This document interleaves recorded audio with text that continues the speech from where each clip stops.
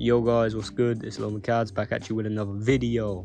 Now, today we're going to be talking about something that you probably wouldn't expect me to be talking about, but let's talk about it anyway. We're going to be talking about abandoned Soviet places. So places in Russia, Ukraine, and wherever else the Soviet Union had. So, firstly, we're going to be talking about Port Vladimir. Now, Port Vladimir has a population of 0. There's no one living there. Some sources say there's one person there, but if so, how the hell is he still alive? But anyway, so Port Vladimir, it was a settlement, and then it became a naval base in like the 1960s. So it was a settlement that started in 1830, changed its name to Port Vladimir in 1885. I'm not gonna try to pronounce the original name, but it's on screen. Now if you go over there, you're only gonna see like abandoned homes, abandoned warships, well, like the remains of them anyway. And like, it's located on an island called Shalim Island. I think I pronounced that right. I don't really know the area of it, but I know that it was used as a naval base after the 1960s because the population that lived there either moved themselves to the mainland or got relocated to that mainland, like mainland Russia. So that former workers' village that was there, it got refurbished into a naval base. And then that naval base was shut down in 1994. And now there's no one living there. That's basically it. There's no one there anymore. And it looks kind of creepy, but I like it. It looks nice, in my opinion. But anyway, moving on. So, now we're going to be talking about Pripyat. Now, Pripyat, it was where the Chernobyl workers, they lived there. And if you know your history, you know that Chernobyl, well, there was kind of an accident there in 1986. So, let's talk about the city. It's in northern Ukraine, near the border with Belarus, and it was founded in 1970 as the 9th Atomgrad, so a Soviet nuclear city. And obviously, as I've already said, it's to house the workers and the engineers at Chernobyl. But after the accident, they kind of had to evacuate. And before the disaster, there was 48,000 people. And they had to evacuate, leaving all their stuff and everything how it was. So they kind of just left everything. There's still, the schools are there, the shops are there, the hospitals are there. There was the amusement park, which is still there. Obviously, it's still there. They haven't destroyed anything. But now it's still unsafe for people to live there due to the radioactive contamination. And during the time, it was just a thriving Soviet city. It had its amusement park with its iconic Ferris wheel. But now it's a ghost town. And now that we all know like what happened, it kind of serves as a reminder that nuclear disaster can lead to the end of the world. So yeah, scary thought, really. But Pripyat, it will go down in history.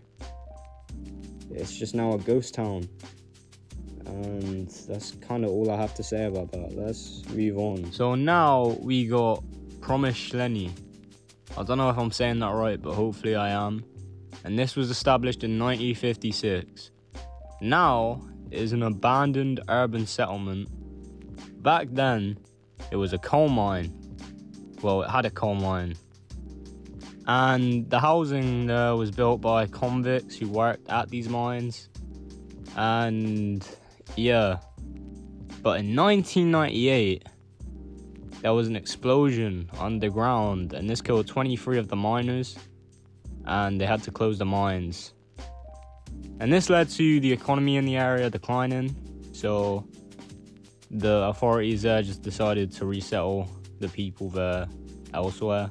In 1979, 10,000 people were there. 1989, 8,000. So you can see there's a decline in the population.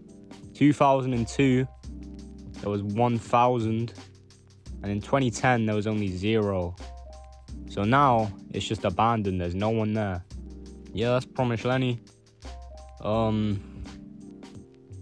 mean, there's a lot of Soviet places that seem to just have been abandoned, where the people living there just got up and left.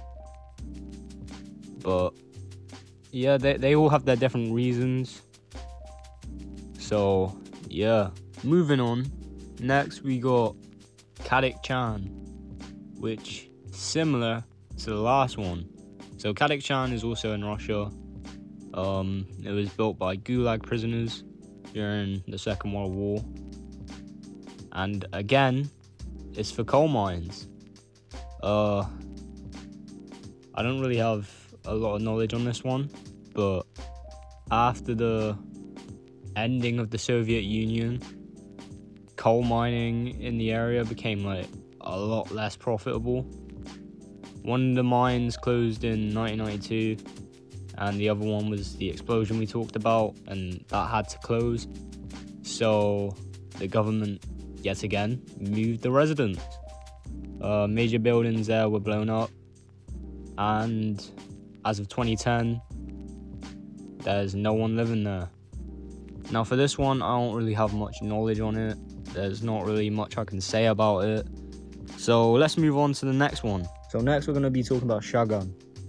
I don't know if I'm pronouncing that right either, but this one is in Kazakhstan and was founded in 1950. This was a airbase for the Soviets, and it mostly consisted of staff living there from the airbase and their families.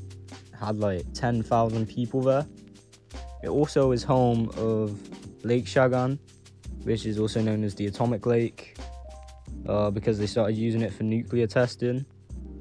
In 1995, all military units were withdrawn to Russia, and the town was passed to Kazakhstan. And then the population started going down and down and down. And today it's got 0 people. Crazy how many Soviet cities or towns have like 0 people in them. But that's that. Moving on. So this one is the last one we're going to do. This is Mologa. Now Mologa, well, it existed from like the 12th century. But in 1935, the flooding of Mologa was ordered. So they wanted to flood it. So in the 1940s, they were evacuated. That meant around 130,000 people were forced to move out of the area and settle into the nearest places.